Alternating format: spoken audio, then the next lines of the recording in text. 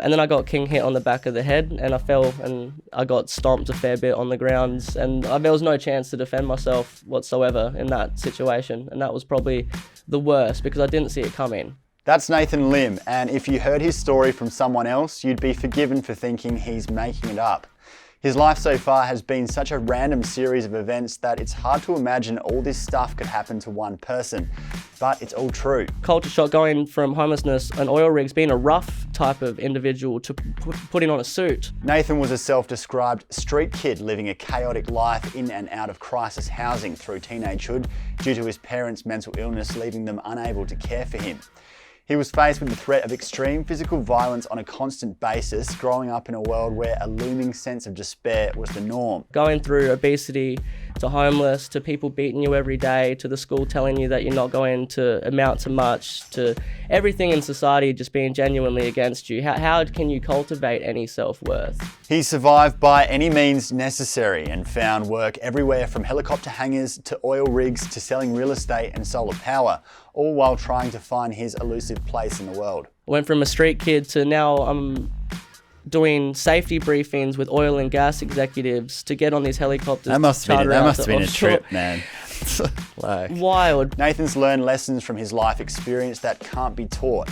He's a deep thinker, a philosopher, and a young man with a heart of gold who's finally realised the meaning of his life: to serve.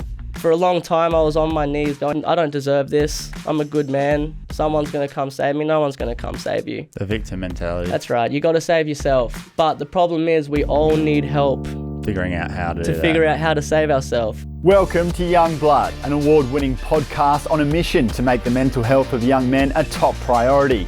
My name's Callum McPherson, I'm a journalist, and this is our platform to open up and share stories of what we've been through because we're not alone. Let's do it. Trigger warning, this episode discusses suicide. If you or someone you know is suicidal, please call Lifeline on 13 14 11 or the suicide prevention hotline in your country. Nathan, you used to call yourself a street kid. How did you end up becoming homeless? So I had a pretty normal life up until probably about 8, 9 years old. My mother was a single mum with 4 kids, one of us disabled, and my dad did FIFO work, so he just wasn't around very often. So pretty much just she got overwhelmed and certain things started falling through the cracks. Eventually my father had a diabetic coma when I was about 12. So I moved to Darwin to try to develop a relationship with him because I didn't know him very well and he almost died. Little did I know, really, the living situation in Darwin wasn't very adequate. I didn't have a bedroom. I was sleeping on the living room floor of a 2-bedroom apartment, which was quite poor quality, and I was going into middle school in year 8 at this point. So you're like 13? Yeah, 13, 14. Oh, no, 13 at this point. And I was working at McDonald's, so I got very fat very quickly. So I was sleeping on the floor of this apartment, working at McDonald's after school. Got very obese and... Were you just eating the whole time you were working? Eating McDonald's all the time. You meant to serve it, not eat it. 100%. Double quarter pounder in, out, nuggets in, out. So, which is sort of hard to imagine now because you're a pretty slender unit at the moment. Now I've still got the fitness of how it was back then, so that's something to work on. Yeah, how big are we talking? Morbidly obese. Like I was probably... So I'm about 70 kilos now, and I was probably 6 inches shorter and 25 kilos heavier in middle school. So I had a fair few chins. So I got bullied a little bit at school, so I had to be funny. So I was the funny fat kid rather than being the fat kid that got put down and pushed to the side. So that ended up being my reputation. But the problem there is I identified with being the fat kid, but I kept everything at home on wraps. And I think due to bullying and things, the teachers kind of saw maybe I wasn't doing as well at school as I once was because I am quite good academically. But you'd mask it by being the funny guy? Yeah, by being the funny guy, the class clown. And that's a good defense mechanism as well. Fantastic. The best one to do it because that way I became friends over time. And over time as well, it wasn't the harsh bullying as it once was. It became just a joke, and I also had to reflect on myself that I wanted to do better. But in terms of your self-esteem, it's still pretty bad for a young kid to see themselves that way and get treated like that. Very, very much so. Like you're under heavy duress, and I think what a lot of people forget is often people see themselves how society sees them. So in that moment before the homelessness, I was the fat kid, and I saw myself very much as the fat kid.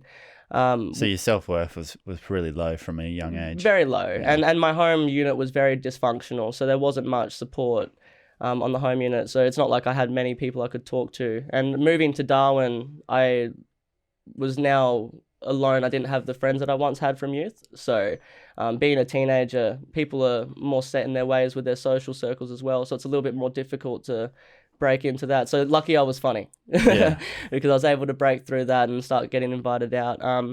But yeah, working at McDonald's after school to predominantly get money to spend, but then that wasn't good for my weight. But you must have felt like you didn't really belong anywhere for a long time. For a long time. And the negative thing about my home situation was I didn't want to go home. So I would actually prefer to work at Macca's. So I would do longer shifts. Sometimes I'd leave school because we finished school there around 2, so I'd finish school around 2:30. I'd go to Macca's at 3, and I wouldn't be getting home till sometimes 10 o'clock at night. And to be honest, I've now done a lot for work, and I'd say McDonald's is still probably one of the hardest jobs I did. So shout out to all the fast food workers out there, because it's not easy. But due just to all the pressure, working long hours, going to school, not having good relationships in my personal life, my mental health started to go downhill a little bit. So that's when the school started to inquire. And I was going into counselling, and I wasn't filtered in the counselling, so I told them about my home situation, not understanding maybe what consequence that would bring. And the school did a little bit of an investigation into that circumstance, and this lasted for about a year. So I was on the floor of that apartment for probably I got out of there permanently when I was turning just 15, but I was couch surfing things by 14, so I was pretty much on that floor for about a year and a half. And then the school came in and kind of saw the situation. And the problem is then they removed me to crisis housing. So at this point, I was still at the end of middle school. So just before that, when you were on the floor, that was technically your address, but you weren't really living there. That was my address. But when I went home from work, I'd sleep on the floor of the apartment, and then I'll go back to school, and then I'll go to work. And there just wasn't much supervision there, or you weren't being looked after? No, I wasn't being looked after at all. Like, I had my father and my brother there, but my dad's very absent-minded along with my brother. It's not to pass the blame. I just think that they themselves suffer with mental health, and they didn't have the capacity or the wants or aspiration to. Like, I don't think my father necessarily wanted to be a father, and with 4 kids, like, it was easier for him to move interstate and do FIFO work and supply the finances, but not have to do any of the fatherly things. And so why were you ultimately moved out of that situation? Just because I was technically homeless, because the housing was so low quality. So because I didn't have a bedroom, I was on the floor, plus the care was not adequate.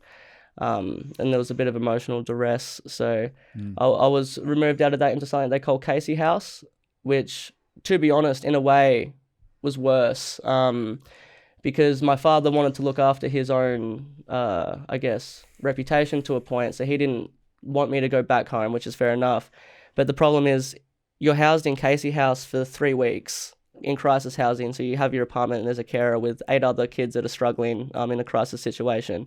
And then on the 4th week, they kick you out. And by that point, they assume hopefully you've re-established some grounding at home, so hopefully you can go home, or at that point you've organised some sort of a alternate accommodation. But a lot of the time that's not the case. How are you going to do that at 15, 14? I'm in a new state. I don't know anybody. Yeah. Yeah, and you'd be freaked out whether you were realising that or internalising that. You're in a state of flux and trauma already, so 100%. How are you meant to sort your own life out? And quickly in Casey House, I had imposter syndrome to a large degree, because while I've gone through a lot of emotional distress through seeing my parents fight, just a pretty combative home, I never got beaten. Like, I was never singled out by my parents and abused. I didn't do what some of my friends did, which was immigrate over from some seriously dangerous places in other countries.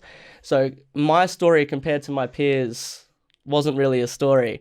So me being in this crisis housing, I didn't feel like I belonged there. I felt like I was taking up the room of someone that desperately needed it. But you didn't belong in your home. And I didn't belong in my home either. So on that 4th week, I would not have anywhere to go. And for the first few times, it was pretty negative. But I was lucky that I had these friends called Jack and Woodsy. Shout out to Jack and Woodsy.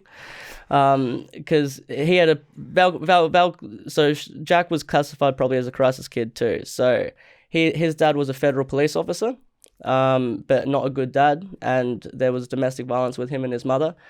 and they ended up splitting. So then his dad was never around, and his mum had a new boyfriend, so she was just always at the boyfriend's house. So we had a house to ourselves at 15 years old. So often when I would leave the crisis, I would go stay with Jack for weeks until I got re-established. And you weren't going to school? At this point, I was wagging almost every day because I didn't want to go to school. I didn't enjoy it. The teachers I didn't respect, which was a major problem. Yeah, and I guess you felt like you didn't fit in there either. That's right. I think that's a major thing, and I didn't see much benefit to school. So what started to happen at that house and in your life? So at this point, I was 14 going on 15, still around that age bracket, and that's when I started drinking, getting into more of the debauchery, the partying, hanging out with more of the street kids in crisis, because I made friends at Casey House, so of course like attracts like. We're both in desperate situations, so we all started hanging out with desperate kids. Was there something you liked about that time? The freedom and the adventure. Like I'd be lying if I said it was all negative, because I was so young. I didn't have anything to compare it to or risk to understand. And it was freedom as far as freedom can go, I think, for a young kid. And the benefit of being alone is I did fall forwards, and I fell forwards on my face a lot, but I had only myself to blame. I couldn't really point the fingers because my parents were absent, so you can't really blame them if they're not there.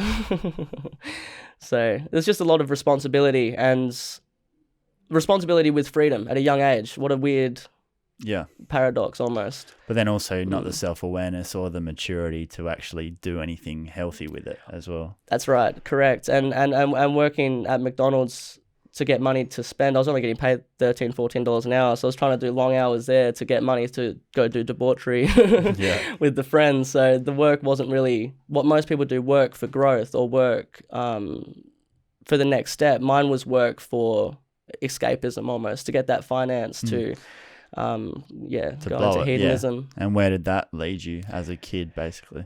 Into some interesting places, and I'm not sure if most people would understand this completely, but to very dangerous places in young age, like being drunk on Nightcliff cliffs and climbing things you shouldn't, and all sorts, to very heavy emotional situations in youth. Like in Darwin, there's a lot of violence on the streets, and when you get drunk and you're bored and you're young, we're in Fanny Bay, Nightcliff area, so we'd always walk around and go on adventures.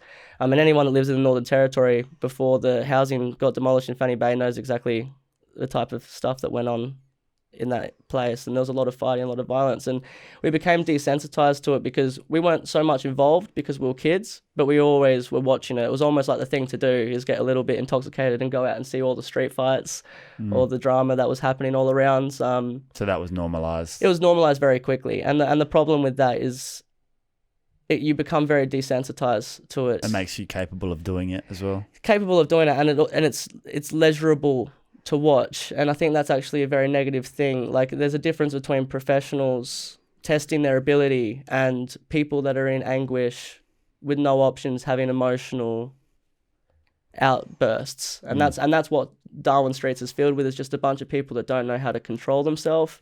Their emotions are pushed to the brink, and they're in confined spaces, and the inevitable happens, which is physical conflict. Was there a particular time that sticks out in your memory where you were attacked and had to defend yourself?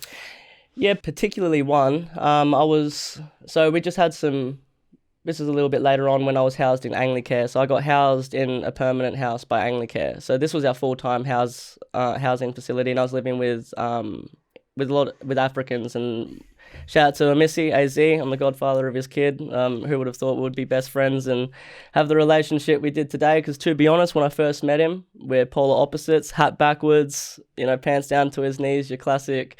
What happened when you first met him? I first met him at Casey House, but I met him properly when they opened the door to Anglicare and said, "This is who you're living with."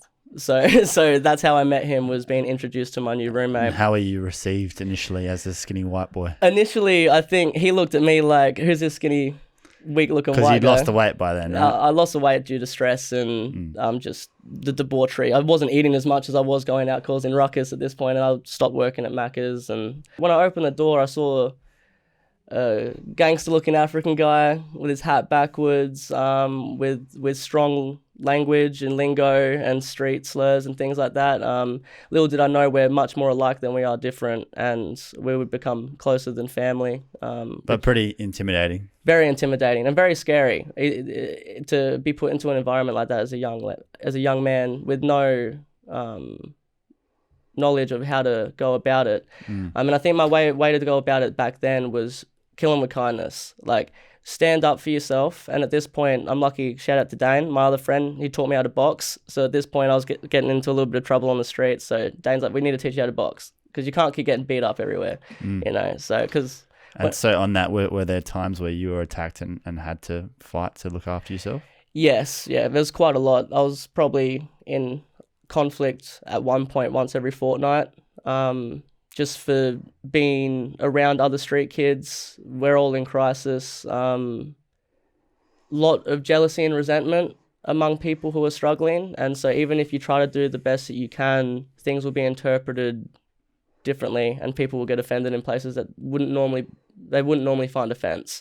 So I was getting into a lot of conflict just because, as we know, I talk a lot, and maybe I said some things that I never meant to be offensive, but maybe were interpreted as offense, and that led to a couple good punches and a couple good right hooks. And weirdly so, I must have a strong head, because I haven't got knocked out, but that's actually quite a negative, because I've lost many fights, because often when I've already lost, I continue getting hit because I haven't been knocked out. So there was this one situation, due to months of conflict and back and forth and arguments with these two kids. He must have set a trap for me at a park from my bus stop on the way home, because he knew where I lived.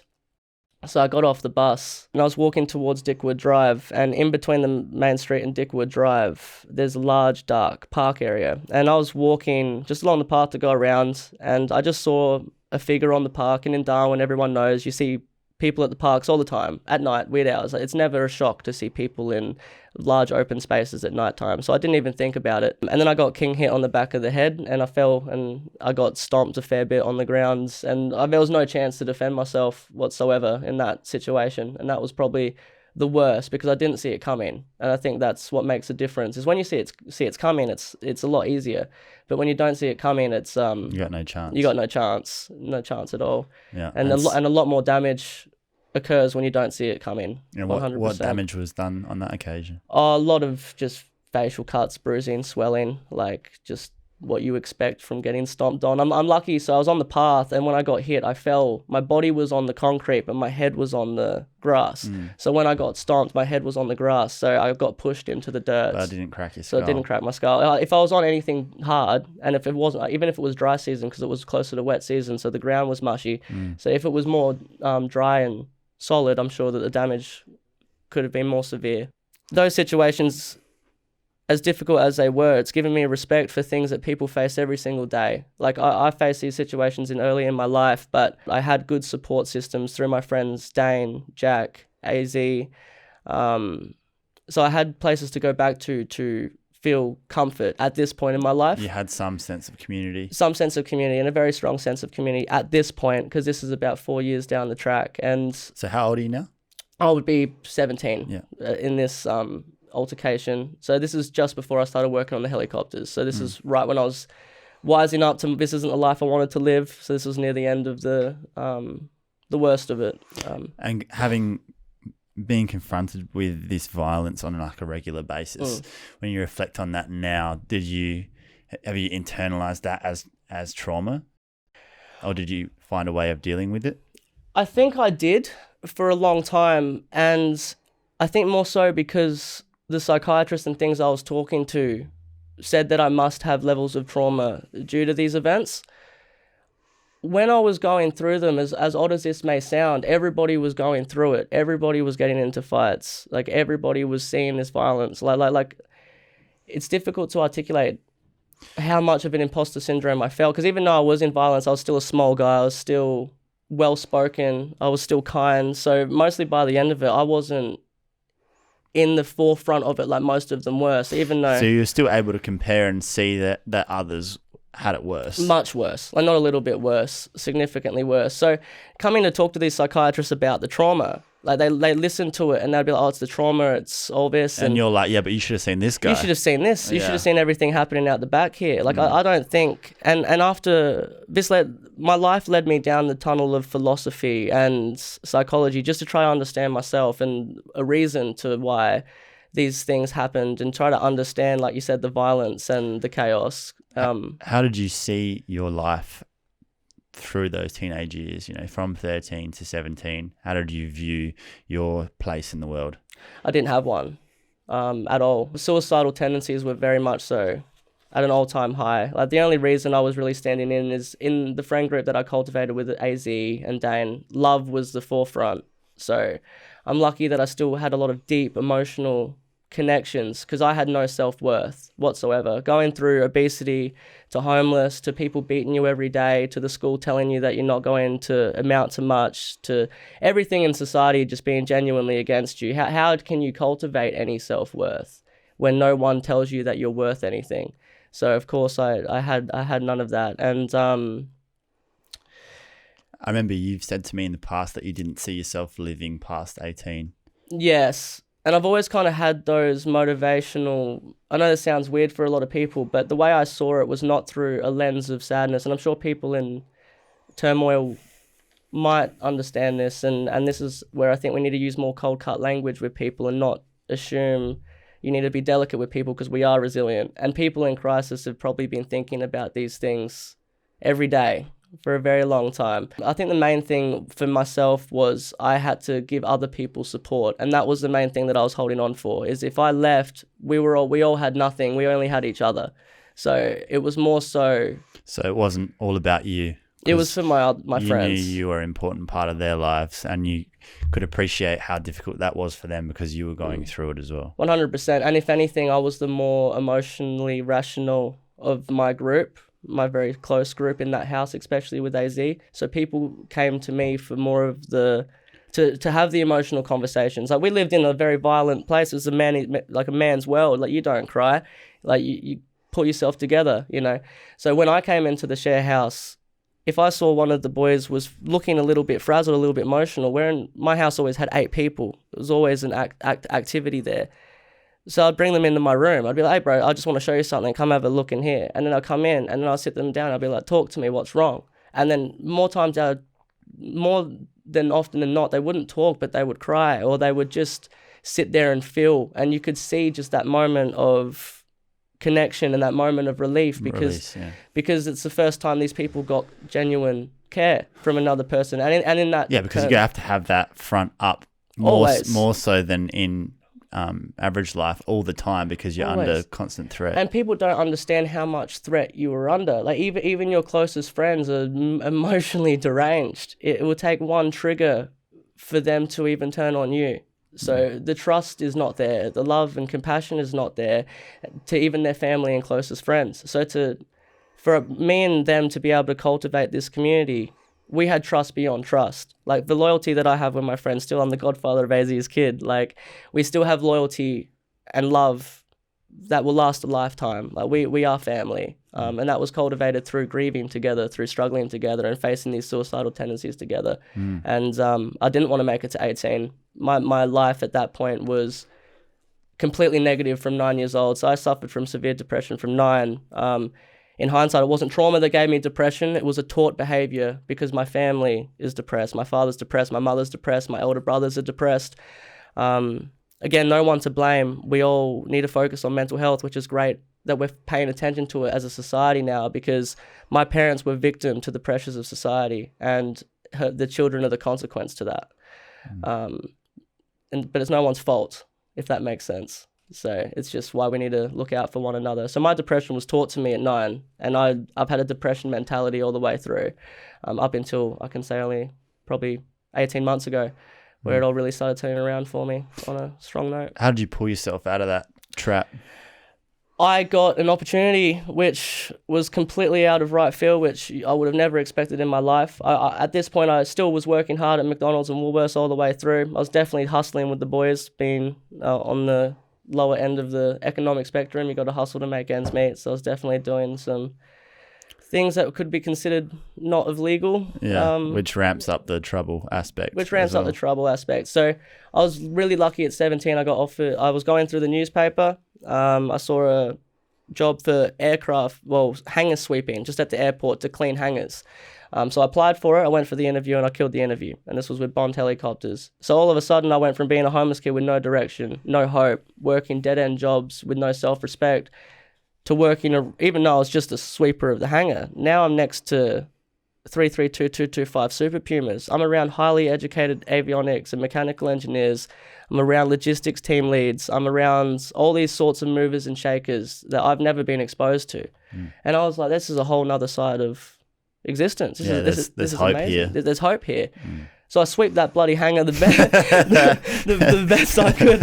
I had nothing else to do. So were you a good worker as well? I worked hard. I swept that hangar. That hangar was spotless. You could see yourself in it. Spotless, mate. Spotless. The boys would often make jokes about it. So very quickly, they said, are you going to school? At this point, I was still going to school. I was passing my curriculum, but I was wagging every day. Right. So I was like, I'm going to school. So you're smart. Well, I was passing.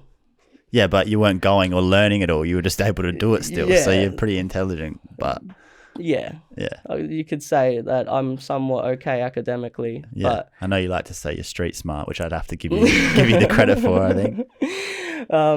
I'd say more wise than intelligent. I think that's the thing. I just more so know how to think. Well, you've had a lot of experiences that lead to that. Yes, and I had to find my own information. So I think that's what I did better at school. I didn't like to sit there and learn from people that didn't even know, because most of the time the teachers don't even know. I'd rather get the points and I'd rather go search for it myself. And the problem with that, though, is then I failed due to attendance. So right. I was pretty good on all my academic side of things, but my attendance was well below 50%. So they failed me because I wasn't really a student to their school. Yeah. So that's when as well they offered me a full-time job working at Truscott Mungalulu Airport with Bond Helicopters, which was a FIFO job, which was perfect because I was still in Anglicare crisis housing, and now I've got a FIFO job. So I started flying to the Kimberley in Western Australia to a remote airbase that used to be a World War II airbase. Working with 30 other people working on as a general hand on these Super Pumas, doing genuine aircraft maintenance. I went from a street kid to now I'm doing safety briefings with oil and gas executives to get on these helicopters. That must have been a trip, man. Wild, because at this point as well, I was very shameful of my story. And because I was articulate, no one knew. Everyone just assumed I lived a very privileged life. Yeah, you've always been able to blend in very well. Yeah, like play the chameleon. That's sort of how you've been able to survive. Absolutely. That emotional intelligence is sort of a gift that's got you through. I would say very much so. And I think genuinely being able to understand my company, like, and respecting my company. I want it to be, I want to add value to everybody that I'm around, like have a good conversation, be funny, and keep people on side. Have a good time. It's what life's about. But you also be yourself, and I think that's why you're an interesting character, because you're very varied, and there's a lot to you, and you can fit in with anyone and make anyone like you, but you're not a snake. Yes, and I think at this point as well, I've lived like 4 different lives. So going from being a homeless kid, like at that point, even if you talk to my friends that I was around, I acted, spoke, and articulated myself as a street kid.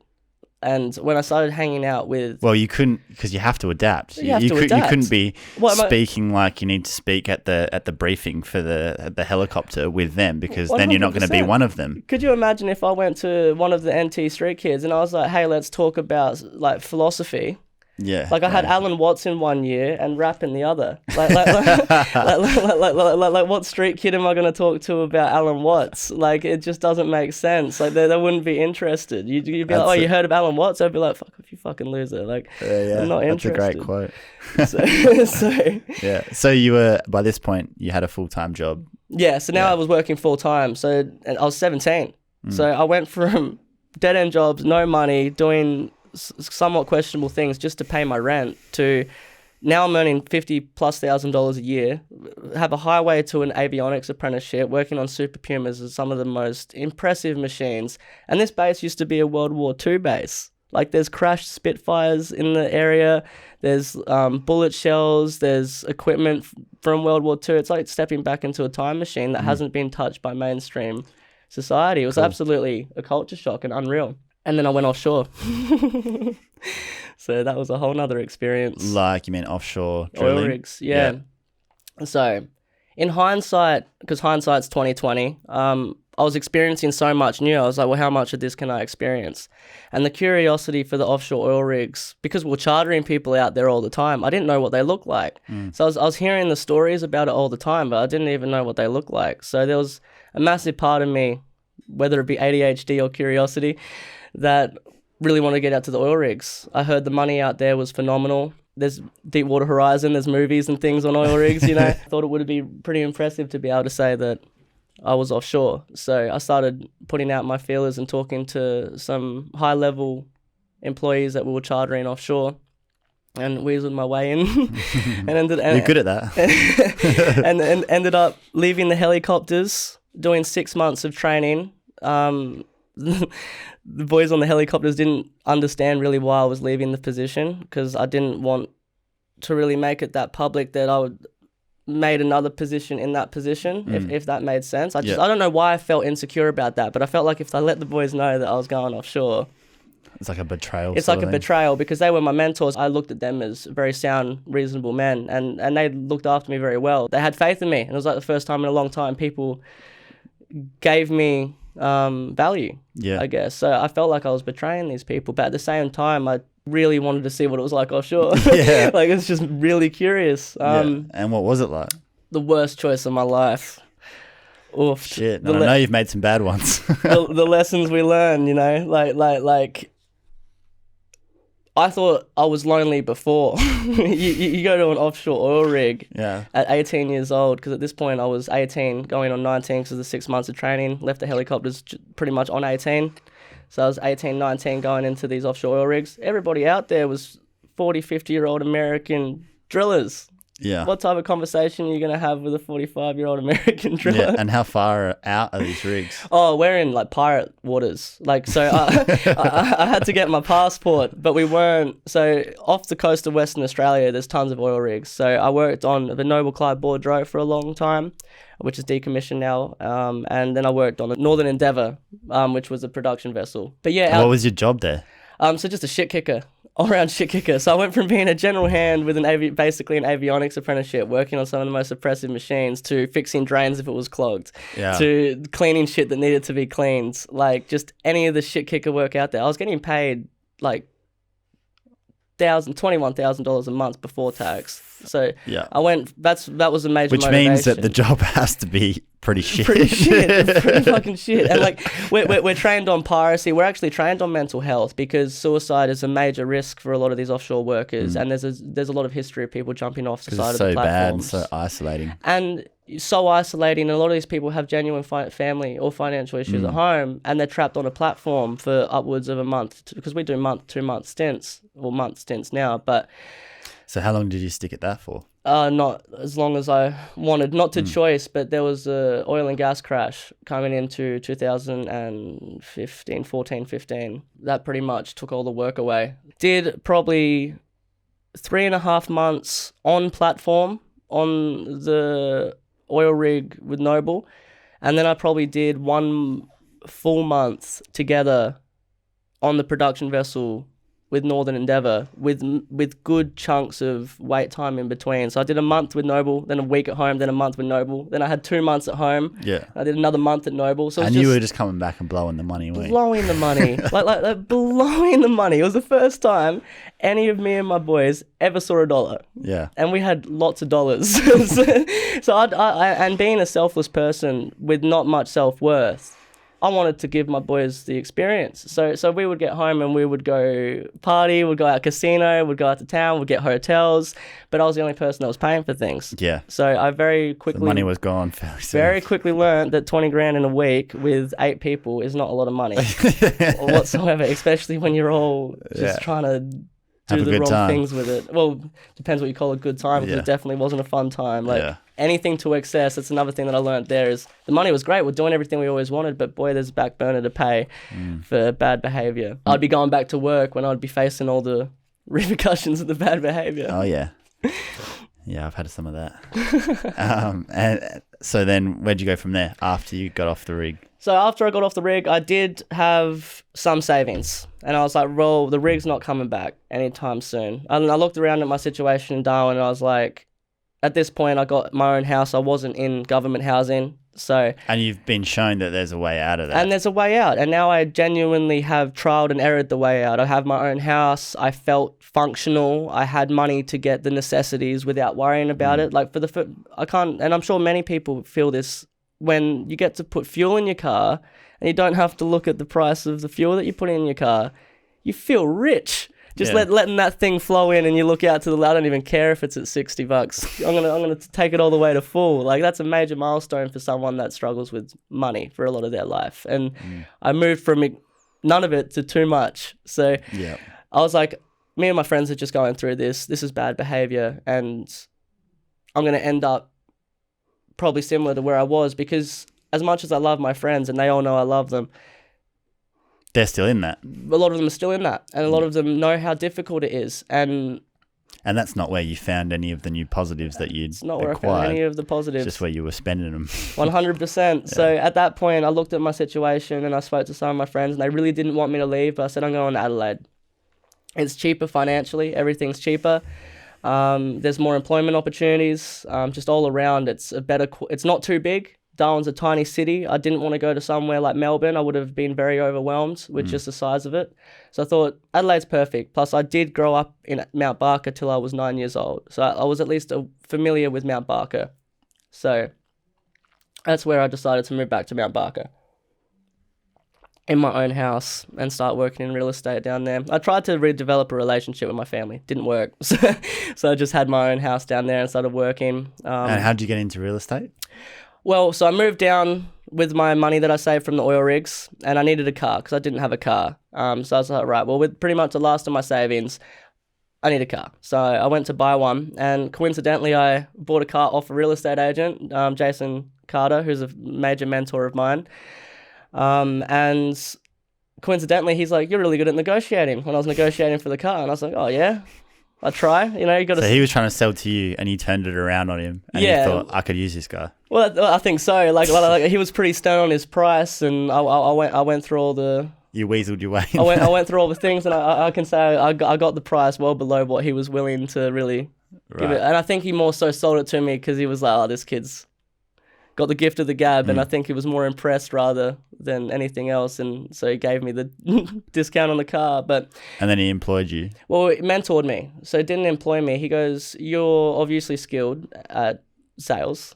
Have you worked in sales before? And I was like, no. Like, not legal ones. I haven't worked in sales at all. And then I went and got my real estate license, and I went through all the training there to his mentorship. So I went and became a licensed real estate agent out of my own pocket. So I paid the money for that, which was about $5,000. So between the car and the training, sending all my stuff down the plane, at this point I was broke again. So I probably had 20,000 savings, and that was extinguished by this point. So now I was broke again and in training with no work. So immediately I started looking around. There was a smaller family company in Mount Barker, which was just easier to get employment with, being a real estate branch. So I joined with them, which was fantastic for the first year. But I noticed very quickly that I wasn't being coached and mentored as much as I was being used as a paper press. And then I started getting genuine leads for house sales and things like that, because I was out doing the door knocking, I was out doing all the cold calling when I had opportunity. And and this is when Jason wised me up. And after I got a little bit of sales, I realized they were giving my major leads to their main agents. So that's considering I'm a licensed agent and I've sourced those so you're doing leads. the groundwork, but you're not getting any of the profit. And I should have. Yeah. So it was completely backwards, and it was just favoritism in the office. But there was a fantastic place to learn, because I did get involved in real estate sales. I was doing open houses. I was selling properties because they were giving me all the paperwork. And I made some great connections, and I ended up doing work in land estates and things like that. So I was able to see all sides of real estate. I think it was a good thing to learn, because I learned I didn't care much about the real estate as I cared about the people. I really found interest in the people, like going into their house, seeing the way that they lived, most of the time when you're selling a property, it's divorce or deceased estates. So there's a lot of emotions involved. And at this point, I was well-rounded in exposure to heavy emotions. So I was actually quite capable of talking to these people in times of discomfort when it came to especially the deceased estates or their divorces. Not that I'm any divorce expert, but I can provide comfort. That's what I'm good at. Being a listening ear. And being empathetic in moments that call for genuine empathy. And where were you at with your self-worth at this point? You've had all these jobs and learned all these skills. Still non-existent, because I found all my self-worth externally, all of it. From the work I was doing, I wore as a badge of honor. I work on helicopters, I work on oil rigs. I'm now a real estate agent. But I never felt like I was betraying myself, like it was a front, and it was also a culture shock going from homelessness and oil rigs, being a rough type of individual, to putting on a suit, like a full body suit and tie, and feeling like an imposter again. Even though you felt like an imposter as a street kid. My whole life, I felt like an imposter as a street kid. Felt like an imposter on the helicopters. Felt like an imposter on the oil rigs. Felt like an imposter wearing the suit in real estate. So when did that change? I think that changed probably a year and a half ago, when I realized I haven't faked any of it. like I did it all. And I think it took... so after I worked in real estate, then I worked in solar sales, and I started coaching and training people, and we got some good sales through there. And I realized I just trained and opened an office in a state for a business. I know my stuff.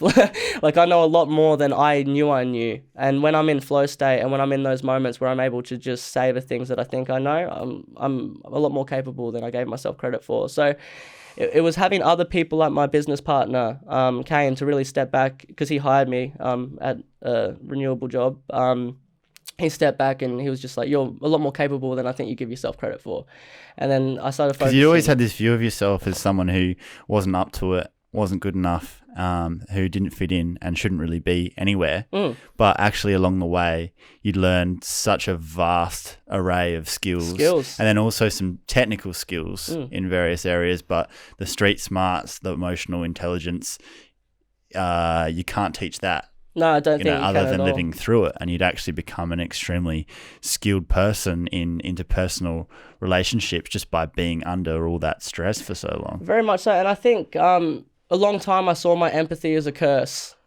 Now I'm older, I see that it was the biggest tool that I ever had, because my empathy was what got me through everything. My kindness, my love, my understanding, my viewpoints, that all was empathy. And that's what was really my weapon in a way. So I saw both sides of empathy, where I felt too much of others' burdens that I shouldn't have felt, to the point of genuine distress. And then correct empathy, where you give someone comfort. In that moment, you listen. In that moment, you feel. But also learning to try separate from that, because if you carry that with you, with already what you're carrying, it can be crippling. And I got to a point once where I was selfless to such a degree I completely neglected my health. So at the end of real estate here, even when I was working in solar sales, this was probably the worst time in my life. And I don't tell many people this, and it's quite private, but even though I went through all the homelessness and everything there, besides for 15, 16, by the time I was 17, I had a lot of friends. I had a lot of community around me. Even though life was still hard, I think the fundamentals were sound. When I moved here and after real estate, I felt like an imposter in my own skin. I didn't have friends. I didn't have deep connections. All my things were business related. I didn't have any personal relationships. And I was still trying to save as much money as I can. At this point, I didn't have a lot of money. I was still paying for everything by myself, full rent. And the house I got was completely decrepit and filled with mold. It was absolutely filthy. In hindsight now, knowing what I know, I can't believe I lived in that. But it led me to being paralyzed from my knees down, to being mold toxic, and to my brain legitimately being poisoned. Which you didn't find out about for a lot longer. For 3 years. Yeah. So I thought... And it's black mold? Black mold. What was confusing me was, I was like, this is everything I ever wanted. I have my own house. I have sound work. But on the back end, I was completely in... Just empty. Empty and in stress. And to top it off, legitimately mold toxic. So I thought my insanity... Which can give you... or makes you lose your mind. So I thought that I was just at the catalyst of my stress in my life. I thought that this was just a point where it was all catching up to me, because I was alone. I was in a very unhealthy relationship. I had no self-value, and I thought that I was going insane, because I was. I could feel the disarray in my mind. I couldn't think soundly. My emotions, which I've always been pretty collected, were all over the place. And you thought that was down to you? I thought that was me. And that really made me judge myself cruelly, like in the generic way that I think men judge themselves. I was weak. I was being a bitch. I wasn't being stoic. And you were thinking, I've been through all this hardcore, why is this hardcore stuff, and I'm right. at a much easier point now, technically on paper. Why am I finding it so hard? And I couldn't put two and two together. I was like, out of everything I've gone through, this should be the point that's a walk in the park. And this is the point that I was, never in my life did I get to the level of depression in the past where I would wake up catatonic. I couldn't move. Like just from deep depression, like I'll get up out the bed and the weight of gravity would almost pull me to the ground, and then I would weep on the floor because that's the only thing that I could do. And I thought that this was genuinely just all my emotional distress. How'd you find out about the mold? Kane, who was my boss and who hired me at the renewable job and who's now my business partner, he had suffered through mold toxicity about 4 years earlier in his life. Which is pretty unlikely. Unlikely. Right? Like most mainstream doctors don't test for mold. It's just now on the mainstream medical field being really focused on and really looked at as a cause for depression, anxiety, physical joint pain, physical pain. That's the other thing. I was in legitimate physical pain and I thought I was imagining it. Yeah. And the agony was genuine agony. And anyone that was in my life around me over the past 3 years, previous to 12 months ago, would have seen the confusion and the agony I was in. And I was still performing in sales. And everyone that knows how difficult sales is, you need to be upbeat, you need to be happy. So I was in this anguish, this agony, but I was, oh, how's your day been? No, it's fantastic. But then I was going home to being because I used all my emotional energy in the day. Yeah. I had nothing left. But Kane figured it out. Yeah, from his experience, he was able to go, I know exactly what this is. And I didn't believe him because I'm very scientifically literate. That seems pretty unlikely, right? Like, even though there was obviously mold around, never in my life did I think an environmental toxin could do the damage. And now I know what I know. It sounds stupid saying that, because of course an environmental toxin can do what it did to me. But at the time, I didn't think it could, because I thought that you could control your mind, because I always had. You always had, and you're like, well, if there's a bit of mold, that's not going to do this. It's not going to do this. And all the psychiatrists, of course, that I was talking to in this duration, I didn't tell them about the mold because I wasn't thinking about the mold. So they're all going trauma. And you're going to think, I'm going to sound crazy if I say that anyway. It's the house that's doing it. It doesn't sound good. It doesn't sound good. They'll put you in a loony bin. So at this point, they put me on very strong antidepressants and things like that. It worked well, and I'm pro medicine, but the problem was I didn't fix the underlying problems. So it was a band-aid for a week. I was like, possibly this will help. It gave me hope. And they started dosing me up. Suddenly I was on 200 mg of venlafaxine. If anyone knows, it's a very high dose of venlafaxine. 75 is like the top average male dose, like 150 if it's pretty critical, and I was on 200. And at this point, I was just a walking zombie. Like I didn't feel anything. Like I thought that in depression I didn't feel anything because the feelings are quite dullified, but this was a whole new level of just nothing. So you got out of there eventually. So after Kane pointed everything out, it wasn't actually until coming into the start of 2019 that I was like, I need to fix myself. Like, I'm in a bad relationship. I'm surrounded by toxic people. I've gone mold toxic. And at this point, I went paralyzed. So my legs stopped working. I went for MRIs, ultrasounds. And do you have permanent nerve damage now, or has it come back? Well, it's coming back, but it's still not right. So I hope that it continues to get better. But there's not much. They don't know much. Like all the nerve doctors and everything have just said, wait. And I've gone back for more testing and my range of movement is back. So I'm still weak, like I still have weakness, but the range of movement's there and I can tell that my mind's not toxic. Like, it's crazy just how much serious damage that can be done by that. People wouldn't really believe it unless you go and do the research and figure out that it is actually a real thing. I was going to hospitalize myself, and I'm someone that studied psychology, philosophy. I've been in the most difficult circumstances, and I've been a coach to people even through this time for mental health, like since youth. But your thoughts were like all over the place. But they were all over the place. There was no rationale and very fast pace. It was rapid firing. I couldn't concentrate. I couldn't articulate. And the worst thing was memory recollection. I couldn't remember. So like my friends would tell me things and then they would ask me something on that subject, and I wouldn't remember the conversation at all. I started talking to my friends and asking and pinging questions, and they're like, honest to God, we'll say that you don't remember 80% of things. Yeah, that's scary. And I was like, what do you mean I don't remember 80% of things? Yeah. That's terrifying. My mind's not working. My mind's betraying me. And now I'm healthier, and I'm probably the best health I've been in the past ever now. Because I have the money, I have the finance, I have the business skills. Like, employment's not a problem for me now, which is fantastic. And you're staying away from the mold. I'm staying away from bad behavior, staying away from the mold. I got good influences in my life. So how did things start to get better? When Kane said it was the mold, just having that trigger going, maybe it's not me. I'm not crazy. Maybe it's not me. Maybe it's my environment. Then I was able to get a super withdrawal as well with coronavirus coming around. So I used 10 grand of my super as a buffer and just boosted myself into a whole different lifestyle. Like, I had this mentality before where I was like, I have the ability to earn a lot of money. Like, I was earning a lot of money from the helicopters, even real estate, and especially even solar sales. Why was I living in the condition that I was living in? It just didn't make sense. So, like, when I started thinking about this, I was like, screw saving money. You got to invest in yourself. And this is when I changed my mentality. What am I doing putting money away for a mortgage or to invest in a business when I could be dead in a couple of years if I don't look after myself? Yeah. So I've put all my money into myself with no reserve. I don't feel guilty about it. If I want nice food, I'm buying nice food. If I want nice clothes, I'm buying nice clothes. And if I don't have the money, I'll find a way to get that money. I'm never going to live with less anymore. I'll find a way to earn more, if that makes sense. So the scarcity mentality is something that I'll never adopt again. Sure, but also you don't place that much value in money past a certain point either. Money's a tool. So if you have enough to be a resource, that's all you need.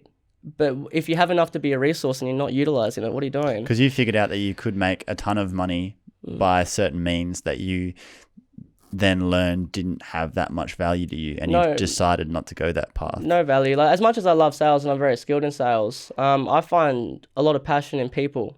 And when I have these conversations deeply about people's lives and their mindset and the directions that they want to go, that's where I find tremendous value. And I think it was Joe Rogan talking about purpose, and you need to be on purpose. It doesn't matter what you do. If you're on purpose, you'll find success. And even the motivation that I've seen from you starting the podcast, I was like, well, then I need to move into mental health. Like I'm well versed in this. Even in my sales, the only reason I did well at sales. And you've been doing it. You've been having those discussions and finding value in that and giving value in that space your whole life without even recognizing 100%. And now I've broken the code of money in the sense of I know how to earn it.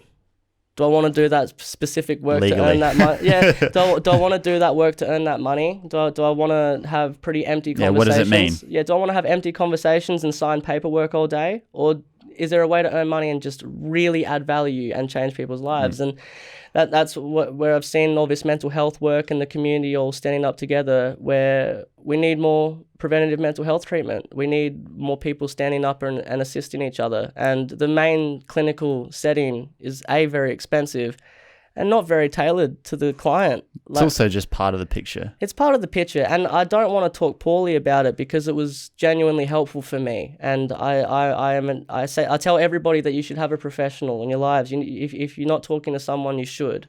Even if you feel okay, like, you should have a relationship with someone, a professional, to have these discussions. Because I know if my parents did, if they had a mediator, even our lives could be very different. They just don't know how to talk. You know, they're not bad people. They're just completely ignorant. They don't know how to talk. So what's your focus now? So my focus now with Kane, my business partner, is going into coaching. So we've looked at each other and we're like, we've gone through so much, through environmental toxicity to health to life circumstance.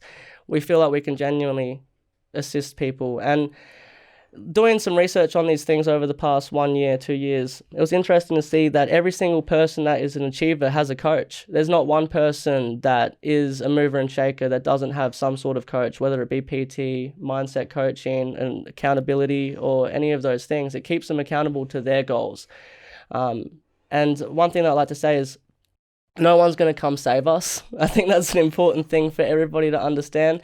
For a long time, I was on my knees going, I don't deserve this. I'm a good man. Someone's going to come save me. No one's going to come save you. The victim mentality. That's right. You got to save yourself. But the problem is we all need help figuring out how to figure out how to save ourselves. And we just need a roadmap. Like we're all, every single one of us is way more resilient than even we know. And until we test our resolve, we won't find out. So we need to test ourselves. We need to push ourselves, and we need to see how far we can go. And in the moments that we feel like we're not able, we need someone there that sees more in us than what we see in ourselves, because then we'll achieve it. Why is life coaching the avenue for you to affect people's lives and be that outlet to do what you want to do and find that purpose? Mm-hmm.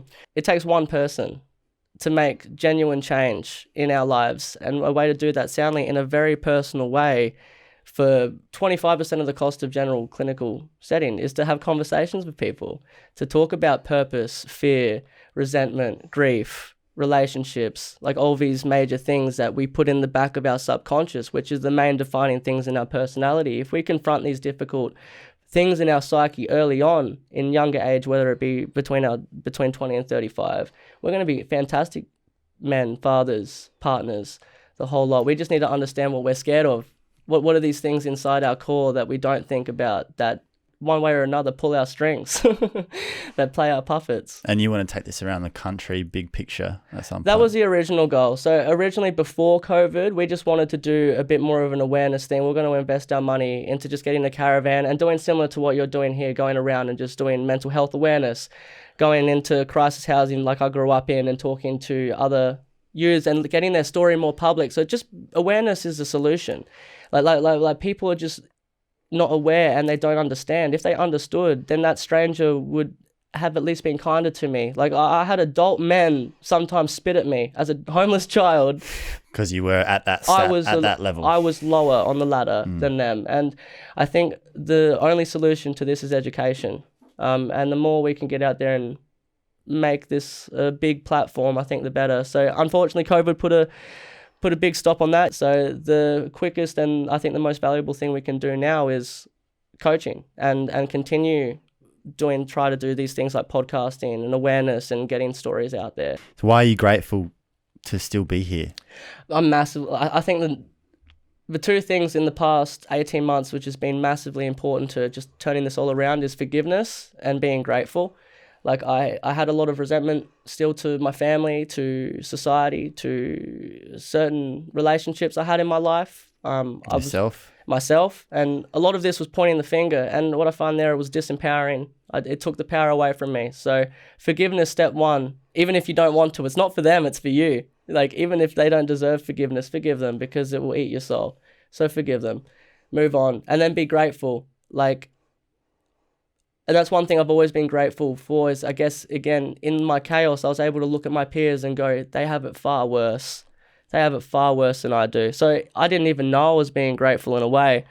And now I have a lot more than I had back then. There's plenty to be grateful for. So taking at least 30 minutes each day to stop and look at what you've achieved, I think that is very important. We do a lot, but we don't pat ourselves on the back. Like you need to stop and reward yourself. We're reward-based creatures. We're designed to suffer for a reason. So suffrage is fine. Work hard and do what you need to do. But when you've achieved a milestone, you've achieved a goal, take a moment to genuinely stop and show appreciation to yourself. And that kid who didn't see himself living past 18, when you look back at that now as a 24-year-old man, how do you view that? Pretty wild. It's pretty wild how such a short period of time can change so much. And I think that is a lesson I'll always keep with me is I felt empty, defeated, and I've been at this point many times in my life. And one thing that you never lose, even if you lose it all, is experience and knowledge. So fail forwards and fail often, and I failed often. And the information and knowledge and life experience I got from it is invaluable, more than what any money could be. What it's done for my personality, my perspective, and just my overall mindset and appreciation, I am so thankful for. And shout out to YouTube for Jordan Peterson, Alan Watts, Sam Harris, like all the greats. Like make sure you're digesting high quality information from high quality people. And be careful of what you're digesting, because if you're digesting rubbish, you're gonna talk rubbish. Don't digest too much Maccas. Yeah, don't eat Maccas if you can. Avoid the fast food. It's absolutely horrific. Well, you're one of a kind, bro. No, I appreciate you coming. Straight back at you. If you're a fan of the work we're doing or have a suggestion for the show, please rate us on Apple Podcasts and leave a comment. You can follow Youngblood Men's Health Matters on Facebook, Instagram and YouTube, and visit our website youngbloodmedia.com.au to stay up to date. And most importantly, if this conversation resonated with you, share it with someone you love and start a conversation of your own. A huge thank you to our local business supporters who've joined our mission to change the lives of young men for the better and help make this possible. We're all in it together. This is Youngblood. Thanks for being part of the mission. Catch you next time.